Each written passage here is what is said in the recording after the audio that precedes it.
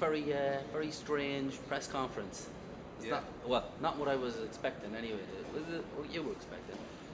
Um, at first, no, definitely not.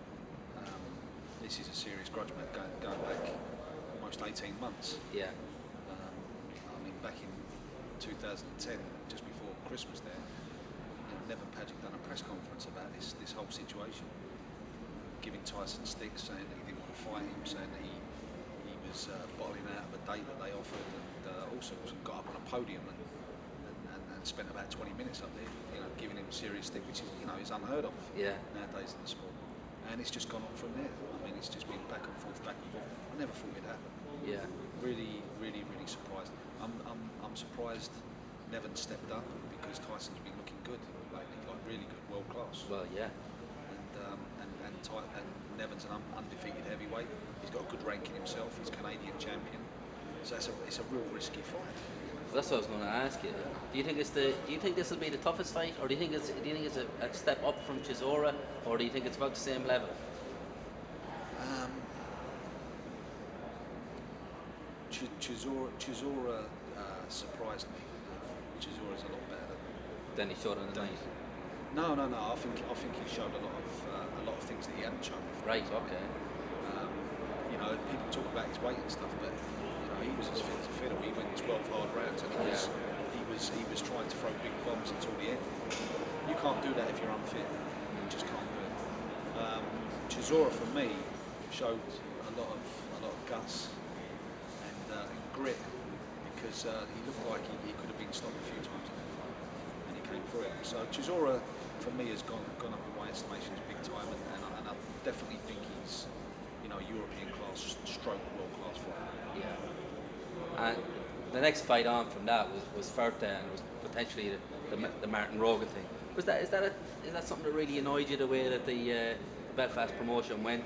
With it would have been fantastic to have Rogan there, and Yeah. it looked like it was going to be on then, but it didn't look like there was any way you could get him into the ring. Was that did it, was it did it leave a bit of a sour taste in your mouth after that promotion? Yeah, for sure. Absolutely. Tried everything, absolutely everything. He was offered fantastic money. In the end, he had it in Belfast, his home city. He had everything. Titles on the line, Yeah, everything. yeah. It was well known that he'd been training for a hell of a long time, and he was in great shape. So he looked in great shape at the press conference when me and him, went at it a little bit. He looked in tremendous shape. Yeah. He really did. So it's just a shame, really, because when he came over to Wembley, he was in great shape then. Yeah. And he talked a great fight. Oh, it does. Yeah, well, he certainly did that night. I mean, I thought, that's it, we go to Belfast. But I seriously thought that he thought that we would not go to Belfast Yeah. unless it was him. Yeah. And at the end of the day, that's not what it was about. Tyson wanted to box in Belfast. He wanted to box in Ireland. He still does. It's important to him. Even though it didn't go 100% to plan, would you go back to Belfast?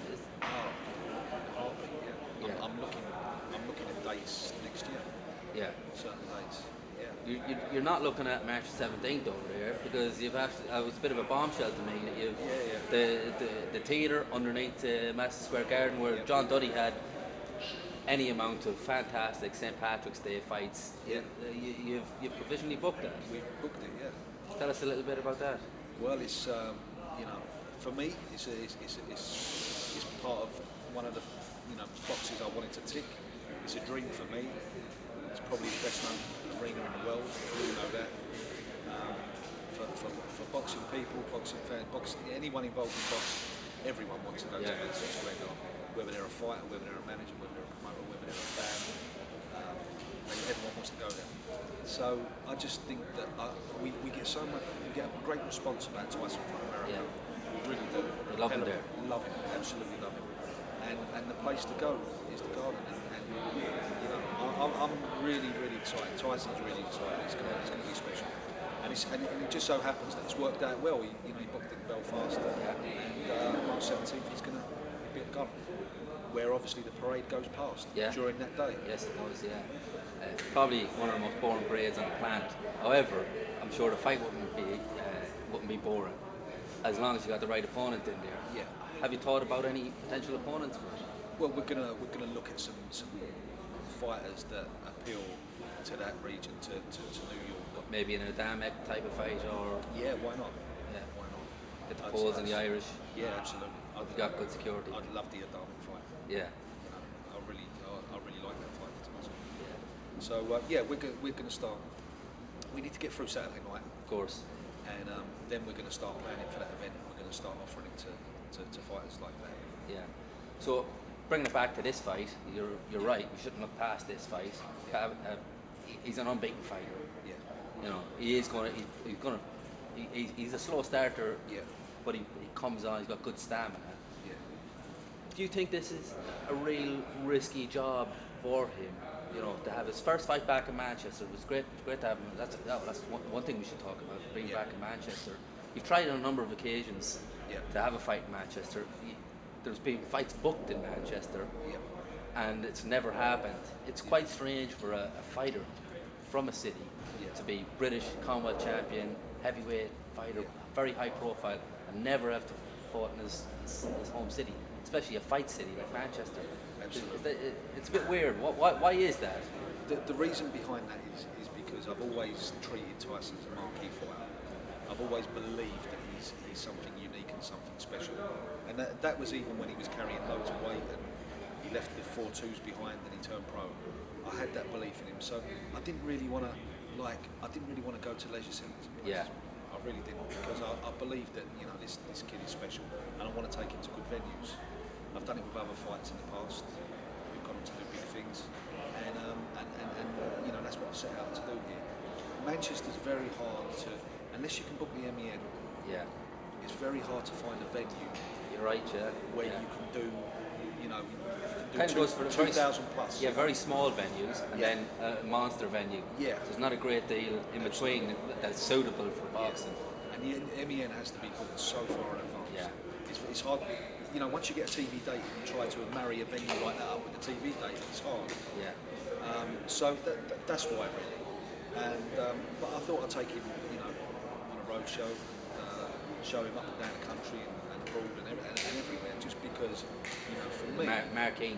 Yeah, to get him out there. Do you think that strategy has paid off, and you think that's the reason the Channel 5 came on board? Because he's not just a local fighter; he is more of a sort of a nationally known. Definitely. Well, it took us a long time to sell the situation to Channel 5. A lot of hard work, a lot of presentations, and everything else. But fair play to them. They studied what was put in front of them, and they made a great decision. Yeah. They really did. And you know, I think, you know, quite a few other people out there, broadcasters, missed the boat basically. Yeah.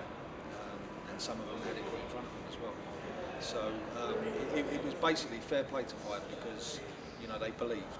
So, you know, they deserve to be shown in right now.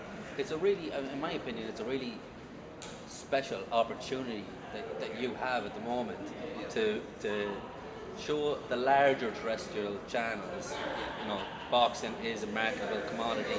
You should be on board here. Yeah. But the only worry a lot of people may have with that moment is after Fury, if let's say God forbid Fury gets beat on the weekend, where do you go then? Because it doesn't seem to be are you going to try and build your stable up, because you was pretty much decimated before you got the Channel 5 deal. So what happens then if Fury gets beat? Where's the other guys, or what happens? You'll be surprised. I mean, there's a lot of work in the background. My phone's been off the hook. Sure. Whatever anyone says, like, one of the things I'm looking for is I'm looking for star potential. Yeah. I'm not just looking to sign up a load of fighters who's hard to keep busy. I'm not looking to do that. Yeah. I need to try and get fighters that So it's quality more than quality. that can cross over, quantity, absolutely, and become stars. And I'm doing some serious work in the background, and, you know, we're building something special, and we've got a really good relationship. At the moment, I'm working on some really exciting projects, quite a few of them. Yeah. And some may materialise, and some might not. Yeah. And until they're definite, you know, it's something I just want to talk about. It's just, you know, Yeah, that's fair enough. There's a lot of things that, you know, you do and you try in the background that you'd never hear about. Of course. That you know, you put in your best efforts and really go to town and try to create a special situation. And for one reason or another, maybe because someone in a company wants to leave at 5:30 instead of 6:30, you know. Yeah. You know, these things, you know, Don't don't happen. materialise. Yeah. So, So coming back to this show now, and we'll wrap it up with the. How do you see this fight going?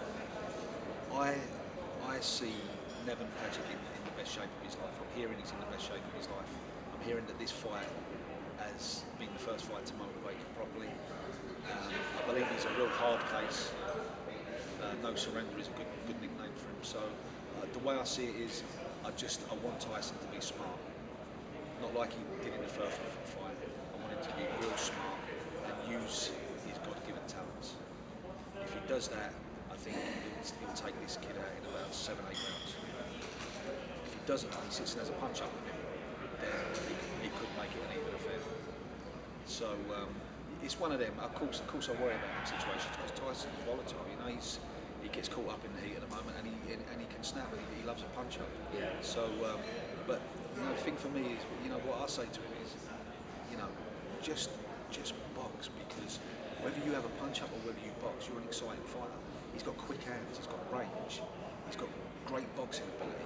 You don't see heavyweights throw combinations like he does, but he can do that whilst boxing, rather than having a punch up, and still look as excited as he does. And that for me is key for Tyson.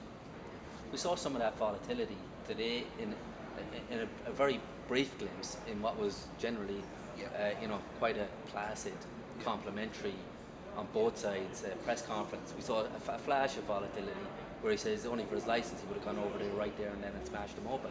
Yeah. Is that something that it's good to see, you know, a spark like that in a fighter, where because you know that they're going to go into the ring and do something. But is it also concerning a little bit about what we read in the papers during the week about maybe slipping into depression and out of depression, or you know having a little bit of problems out of the ring? Was that article a little bit of concern for you, what you read in that? Or do you think it was twisted a little bit?